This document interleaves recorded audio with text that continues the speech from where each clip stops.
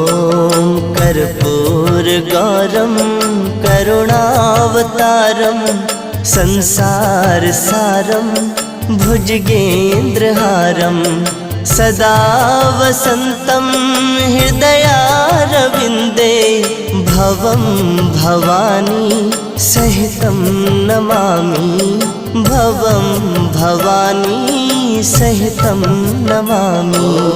कर्पूरगौरं करुणावतारं संसारसारं